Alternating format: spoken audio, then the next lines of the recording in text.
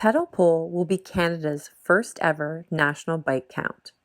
From June 1st to June 6, 2021, we'll map Canada's potential to shift to a cycling nation post-pandemic. Volunteers stationed across the country will observe people on bikes pass by and note key information for 2-hour shifts on June 1st and 6th or on another fair weather day that week. In 2021, the Pedal Poll team will support bike counts in 14 cities: St. John's, Halifax, Charlottetown, Moncton, Montreal, Ottawa, Mississauga, Toronto, Winnipeg, Saskatoon, Red Deer, Yellowknife, Kelowna, Vancouver, and Whitehorse. If your community is not one of the 14 cities listed, you can still conduct your own count using the Counterpoint app. Participating communities will implement a standardized bicycle counting protocol. Volunteer counters will collect data on each cyclist's perceived gender, age, and ethnic origin. Count data will be collected using the Counterpoint mobile application.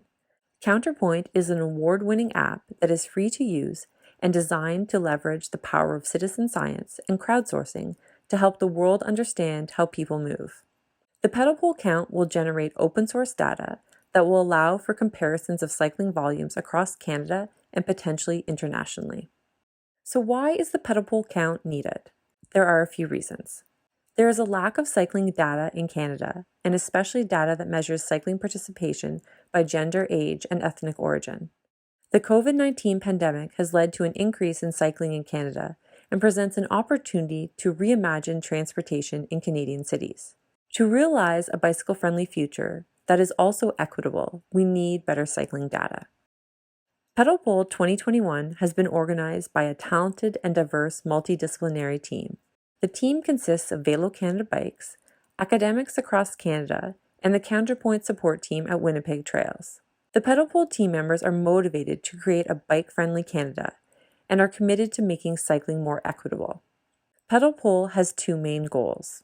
The first goal is to collect cycling data in 14 communities and develop a process for conducting cycling counts across the country that can be used in future years. The second goal is to catalyze citizen engagement in cycling and data collection by mobilizing citizens from diverse communities across Canada. Pedal Poll also aims to accomplish 3 specific objectives. One objective is to measure travel patterns during COVID-19. Since the beginning of the pandemic, there has been an increase in the use of bicycles for transportation, and we want to know who's riding them, where they're being ridden, and how many bicycles are being ridden. A second objective is for Pedal Poll to contribute towards building a more inclusive society. Pedal Poll will help us to learn about how people in Canada experience cycling by quantifying bike use in diverse communities. One step towards inclusion is to measure what is currently happening. That's why our count will be the first count to ask volunteer counters to record the perceived age, gender, and ethnic origin of each person on a bike. We understand that this is a sensitive topic, and we have worked hard to develop an approach that will be part of the solution to systemic racism and gender inequity. A third specific objective of Pedal Poll is to help address climate change. Cycling for transportation is an important strategy to address climate change, but its role and impact has often been overlooked in policymaking. Approximately 25% of global greenhouse gas emissions are related to transportation. It's estimated that a major increase in cycling could decrease transportation-related emissions to 14% by 2050. Pedal Poll data will help support action to increase cycling for transportation. When the Pedal Poll count is finished, the data will be downloaded and made available to researchers across Canada. Once the results are analyzed, an evaluation report will be written. The evaluation report will be shared with our government funders, be put on Velo Canada Bike's website, and be shared on social media.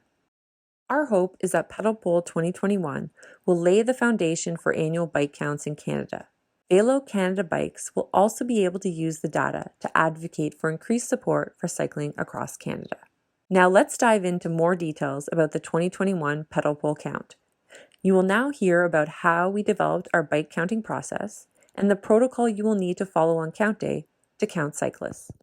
First, we'll dive into looking at our count tool. So the Counterpoint app, originally developed by Green Action Center and now supported by Winnipeg Trails, is a free app used for open data collection. Anyone can count traffic using the application. It can be found on the App Store or on Google Play to download. So a special count type was developed for the project, and it now allows us to observe perceived demographics of people on bike, specifically perceived gender, perceived age, and perceived ethnic origin. As you can see on the screen, this is what the count screen looks like in the app.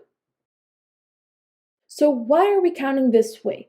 All the data collected relies on counters' perceptions. It's important to highlight that as counters, you can't know for certain what gender, age bracket, or ethnic origin a person falls into or identifies with. We know this, and it's okay. To gather more reliable demographics data, one would have to stop and ask each person, which is both time-consuming and technically infeasible. However, real-time actual data is important, and data collection based on observation of perceived demographics have a long history of use and value. What matters most is consistency. While we may not be accurate, we do know that people will be inaccurate consistently. That allows us to draw conclusions. Large volumes of data also help uncover patterns. In the end, we get some very important data points that tell a story, and the story has real consequences with tangible outcomes, such as finding out whether women's transport needs are being adequately met, or whether elderly people are being offered physical activity options in proportion to their percentage of the population, or whether those in the bike lane reflect the general ethnic makeup of the surrounding community or not. So now the question is, how can you categorize people on bikes? So we have provided definitions of all categories for gender, age, and ethnic origin. These are on the website and in the app. These provide guidance on how to select categories using attributes that can be readily observed, such as skin color, hair texture, facial features, and dress. And we will dive a little bit into these categories later in the presentation. So, how do we create and define our categories? We have relied on various resources to guide us in creating our categories. Some of these resources include Count Me In, collecting human rights-based data created by the Ontario Human Rights Commission, Public Life Data Protocol founded by Gale Institute, Ontario's Complete Standards and Guidance for Race-Based Data Collection, and the Government of Canada's Identification of Populations document. You can read all those documents and find their links on the Pedopol website and on the Counterpoint website. Now, to review the count categories and descriptions, so when indicating perceived age, you'll select one of four options: child, adult, senior, and other/unsure. We're defining children as ages 0 to 17, adults from 18 to 64, and seniors for ages older than 65. Now, please make your best estimation, and you can always find descriptions in the guide or on the Counterpoint website or Pedopol. Different count categories for perceived gender, age, and ethnic origin. When indicating perceived gender, there are three options: man, woman, or other/unsure. For the purposes of this count, people who fall under the man category are those counters perceived presenting as men or boys. Likewise, people falling under the women category are those perceived by counters to be presenting as women or girls. Gender is complex. Personal and self-identification is an important element of agency. Perceived gender observation can therefore feel uncomfortable because it will rely on you to confront some subtle social cues, perceptions of secondary sex characteristics, and your own biases. Just remember, there are no wrong answers. There are ways of comparing perceived gender and self-identification, allowing for adjustments to the data, but that's not something you're asked to do. Simply do your best. Or unsure button represents a button you'll want to use if you don't have enough information to venture a guess. For example, the person you are counting may go by too quickly or was wearing a scarf hiding that beard you may have been relying on. Toddlers and infants may often fall in this category for most people. It can also be used for someone who may be visibly gender ambiguous and does not fall under neither the man or woman category. Use your judgment, try your best, and remember that in the end, perceived gender and gender are different, but the data you're collecting will nonetheless tell us answers worth knowing. For perceived ethnic origin, you are asked to select from one of 8 categories. You can see them on the screen on the table at the right with their definitions and examples. Now, these groupings were chosen based on existing stats categories and on the data standards for identification and monitoring of systematic racism from Ontario's Complete Standards and Guidance for Race-Based Data Collection for the sake of comparability. Just like gender and age, we are not looking for the right answer, but rather your best guess based on your own knowledge and perception. Now, that might be easy for some and very difficult for others. Ethnicity is, of course, very fluid within both individuals and groups. The borders that underpin even the most specific definitions of ethnicity are human made, and humanity itself is one big, dynamic, and beautiful mix of faces and cultures. Now, many will find this category even more difficult than age or gender. From our testing, we know that perceived ethnicity will often be the last characteristic you will feel comfortable logging as people approach closer. That is why it's the last group in the count screen. Now, facial features and skin tone will often be your only cues, and these are never reliable. Again, however, this data helps. It is well known that systematic racism exists and that Indigenous people, Black people, white people, etc., experience spaces differently. Your data helps us draw conclusions about whether access to these spaces is racialized, and doing it by observation helps us do that in the best way possible. Just remember, do your best. We are now going to review the pedal pull count day protocol and how you will use the Counterpoint app to count cyclists. We will also review what to do if technology fails and what to do if you have other problems on count day. Getting started with Counterpoint is easy. Begin by downloading the Counterpoint app for iOS or Android, creating an account or logging into your existing account, and joining Team Pedal Pull Canada. Joining the Pedal Pull Canada team will help us locate your counts within the global Counterpoint database. Register online to participate in Pedal Pull. If you live in one of the 14 pilot cities across Canada, your local ambassador will provide you with an assignment that includes your observation site and count time.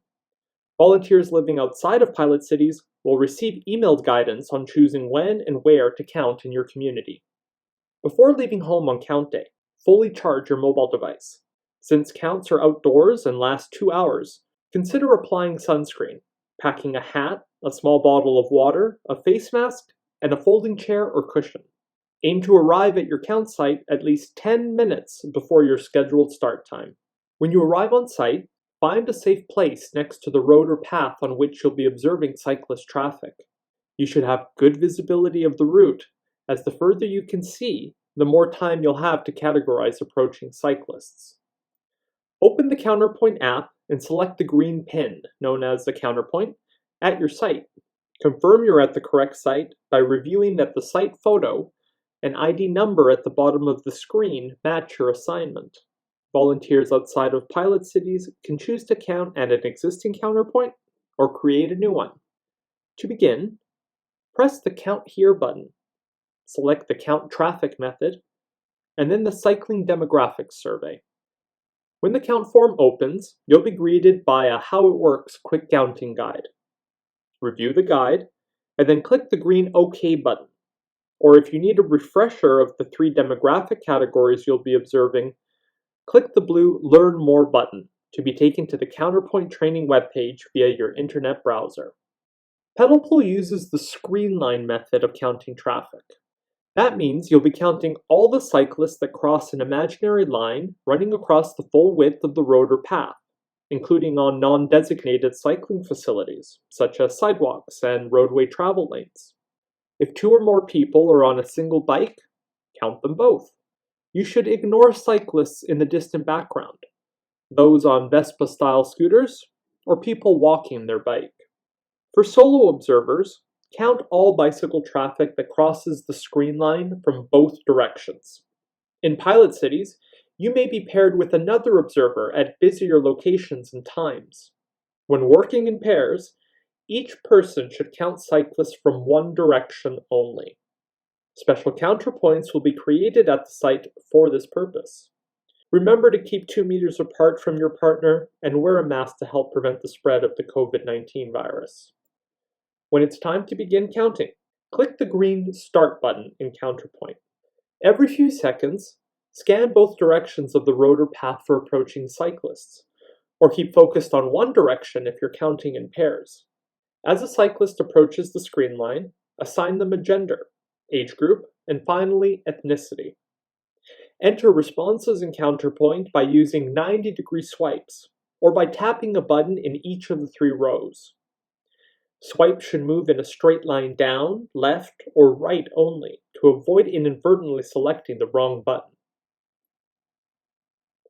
If you can't tell the gender, age group, or ethnicity of a cyclist, swipe or tap the Other Unsure button in the corresponding row. If necessary, you can select Other Unsure for all 3 categories. While the demographic information will be missing from this observation, you will still be counting the cyclist. At the end of your 2-hour count session, click Done and then Done Survey to save your data. If you must leave the site during your count session, such as for an urgent washroom break, save your count data. You can open a new counting form upon your return. If you're in a pilot city, record the time of your absence and report this to your local ambassador.